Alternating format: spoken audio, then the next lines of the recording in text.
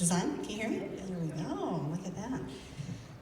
Well, everyone, I kind of brought a little bit of a cheat sheet because I get yelled at all the time for going over on my time limit, so hopefully I can keep it in there. Sorry, Carla. Anyways, my name is Rebecca Keltie. I'm running for Colorado's 5th Congressional District. I'm running actually to replace Doug Lamborn. Thank you. There's just a difference in style of leadership, and I believe that the experience and decades of experience that I have are something that I can bring to the table in the whole new paradigm shift that we have of our political scene that we have today.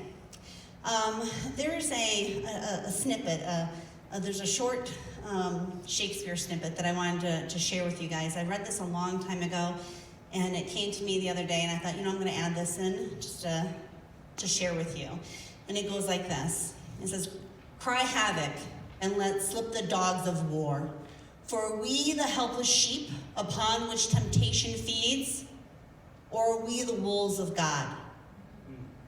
What are we? What are you? Are you a sheep, ready to blindly follow?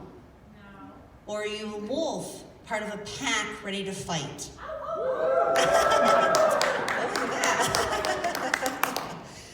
And I believe that we need to pull together. I believe in the one team, one fight. And I believe that we are the wolf pack that needs to come together if we're going to win over what's happening in our country today. The politicians we have in there are, I consider them sheep. They go in, they have a lot of gusto, they have a lot of energy when they first get in. But as time goes on, they become more and more complacent, more and more compromisable. And that's what we see today. Some of the elected politicians we have in there, we don't even know if they're Republican or Democrat. And that's a problem, because the Republicans have a stance, and we have a strong stance, and we need to start pushing our narrative, our political platform, and not compromising anymore. We're done. So what that means is, and part of my platform is term limits. People are tired of politicians. People are tired of career politicians that have no idea how to represent us in any way, shape, or form. They've never walked in our shoes because all they know is politics. Well, I can tell you my shoes also included combat boots. Yeah. I served 21 years in the United States Navy. I've worked for decades with the Department of Defense, Department of Homeland Security. I've worked next to all 4 branches of our military service. I've worked with the FBI, the CIA, ICE, Border Patrol, Border Protection. I've worked with NATO troops during special operations, and I've briefed foreign leaders of foreign countries for many years. We talk about people. I'm not a politician in any way, shape, or form, and I will never say that I am. And I also don't have a voting record. And that, for some people, say, "Oh, you need a voting record." Well, there's other people who are just like me who are the outsiders. Marjorie Taylor Greene was an outsider. Lauren Boebert was an outsider. President Trump was an outsider. None of them had voting records, but what they had, other better than a voting record, which really a voting record is a snippet of time. It's just a snippet. They had a life record. They can prove not just what they can do, but actually who they are and what they've done throughout their entire life. And I have a 30-year record that you guys can look up, you can ask me about, and I'll be more than happy to share with you. I'm completely and absolutely transparent, just like our government should be. Amen. We need fresh blood. We talk about draining the swamp all the time, but we don't do anything about it. We keep voting the same way over and over again, expecting a different result. And that's also the definition of. So why don't we stop the insanity? Why don't we change things up? Change the way we vote. Become better. Demand better. Vote better. Because unless we do, everything that we hold dear to us, everything that's under attack right now, our Constitution is under attack every single day. Our family units under attack every single day. Mandates, CRT, our borders. I mean, you name it. It used to be where a candidate could be a 1, 2, 3 platform candidate, right? They've got these certain issues they're working towards. It's death by 1,000 cuts for us. Everything is under attack. We are getting hit from inside and outside, up, down, left and right. But we're not doing enough about it. Our elected officials that we have in there sit on their hands. We had the House, we had the Senate, and we had the presidency. And we literally did nothing. They felt that they were safe and secure. When you feel safe and secure, you should be afraid, because we never are safe. We are never secure. This war that we have is now, and it will never end. And when you become complacent, that's when you start to lose. And we're tired of losing. We're tired of not being represented. Our voices are not being heard. When you elect an official to Congress, it's right in the name, representative. We are supposed to represent you. I have my platform. My platform is quite long. Actually, I want to bring manufacturing back to America. I want us to be the country that other countries come to. I don't want to have to ask China for toilet paper. I almost cussed there, so I'm glad I didn't. You can take the girl out of the navy, but you can never take the navy out of the girl. But we've got a lot of work to do, and we have to do it together. You know, when you elect someone, if they're not representing your voice, because they are supposed to be your vessel. They're not your boss. They're not someone telling you what to do. You're supposed to tell them what to do. They take your voice, and they represent you in D.C. They fight for you. They fight with every fiber of their being for you. But we don't have that. We don't have that right now. There's a very select few people that are in there that are actually fighting for us. But the rest are not. They're letting them do the work for them, and then they jump on afterwards. We got to change that, and we change that with you guys, with your vote, because you hire someone with your vote. You don't just elect them. It's not just something, you know, on a whim. It's a process. You find the best person for the job, who's actually going to get the job done, who has the experience. You guys have hired people before. Right? You know what to look for. You got your CV, right? And then you look and see what they've done. And if they can't do half the job, but they seem like a great person, maybe you shouldn't hire them. Maybe sometimes you need to hire the Trump, someone who's a little on the rough side, but they know they can get the job done and they're an expert at what they do. We need to start expecting that from our candidates, from the people that we hire. Turn my card over. And like I said, part of my platform includes term limits, manufacturing, and finish the wall. We need to finish the doggone wall. Our national debt, we've got drugs pouring in. We've got, and and one of the things that I hold dear to my heart is the problem with human trafficking. And it's not just the sex trafficking that's a problem. It's the labor trafficking. We have a huge problem, especially here in Colorado Springs. We have a huge problem with this, and no one is bringing it to the forefront. You hear about people doing things, but what do you actually see? What are you getting out of your vote when you're voting people in? Are you happy with what you've got right now? Are you happy with the state of the country right now? Because the only way to change it is through us. And that little vote that has so much power, that's how you change things. If your voices aren't being heard, if you write your congressman or congresswoman and you're not hearing anything, and do something more. Get involved. Get off the couch. People in Congress are not your savior. It requires you to also be involved, to be on their behinds. Every time I come home from Congress, every time I will have a town hall, because I need to hear from every single person what I did right and what I did wrong, and what do you want? Because I can't represent you, I can't take your voice to DC unless you tell me what you want, unless you actually give me your voice. Because in the end, it doesn't matter what I want, what Rebecca Keltie wants. It really doesn't. My platform can be whatever 30 pages long. It matters what you want. If I want purple coffee cups in the room, and you guys all want orange coffee cups, and I go to DC, I'm fighting my behind off for your orange coffee cups. It doesn't matter what I want. And that's what people forget. When they get up there, they go in there, they do their own thing, they do what they're told by the party, they do what they're told by special interest groups, lobbyists, all that stuff. But where are the people in all that? They're not there, because we're the last ones to be taken care of, and we're tired of it. That's a large percentage of why I am running, because I want to make sure that our voices are heard, because it is our country. It is we the people. Amen.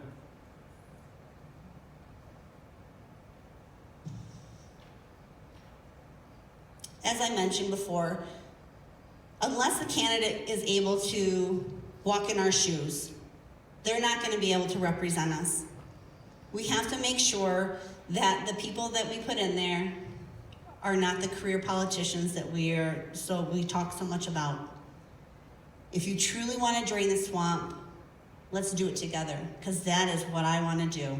I always tell everyone, if you're going to do something shady, don't do it in front of me. Just don't do it. I don't care what side you're on. I don't care who you are. I don't care if you gave me a kidney last year. If you're going to do something wrong, and just don't do it in front of me, because I will never, ever stand for it. Our elections, like for example, our Dominion, the Dominion servers, lovely, right? Do you want them? No.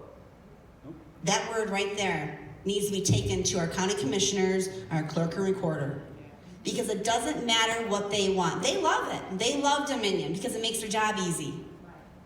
It's not about being easy. It's about being right. And sometimes being right is a pain in the ass.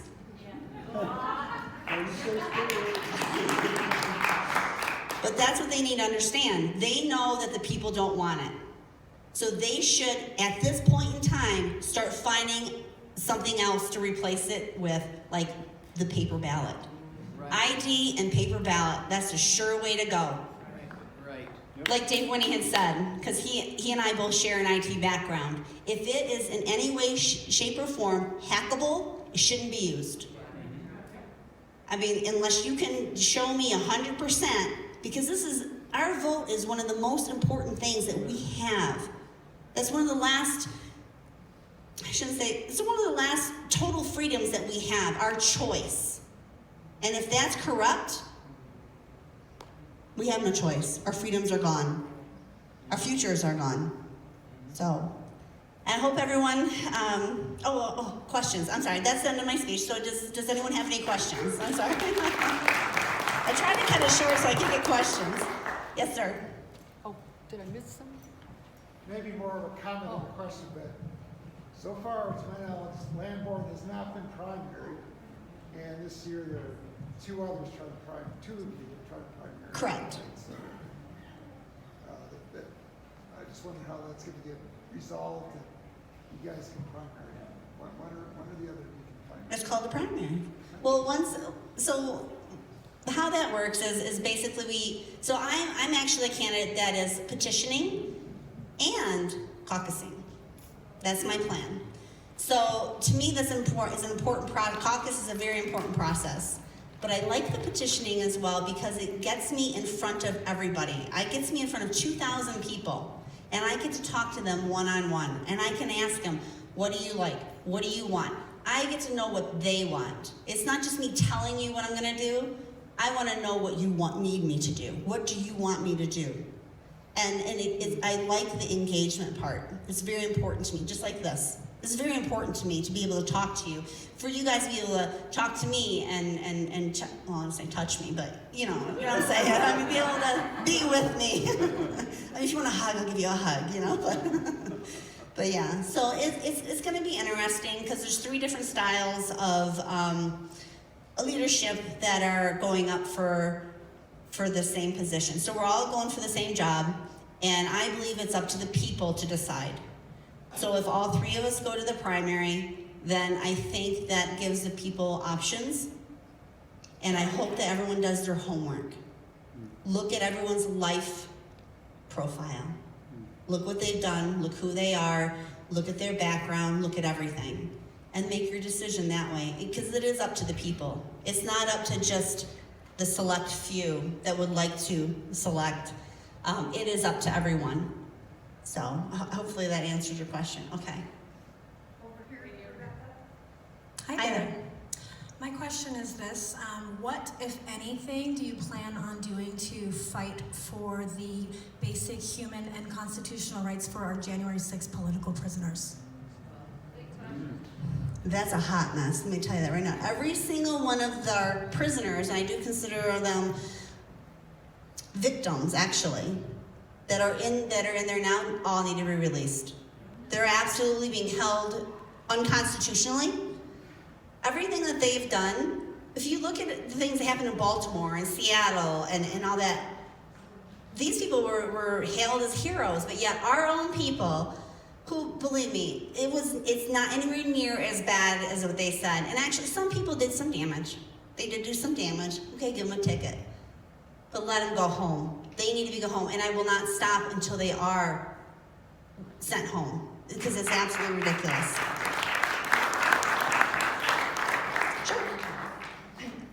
In August of 2020, you did an interview with KRDO as a member of the Unity Party running Yes. for the same thing. So in that interview, you were quoted as saying, I'm the first truly all-encompassing moderate, that party politics need to end, and that political parties do nothing but cause division. Correct. Now you're running as a grassroots Republican. How do you Right. justify that principle, which was less than 2 years ago, to a total mentality shift?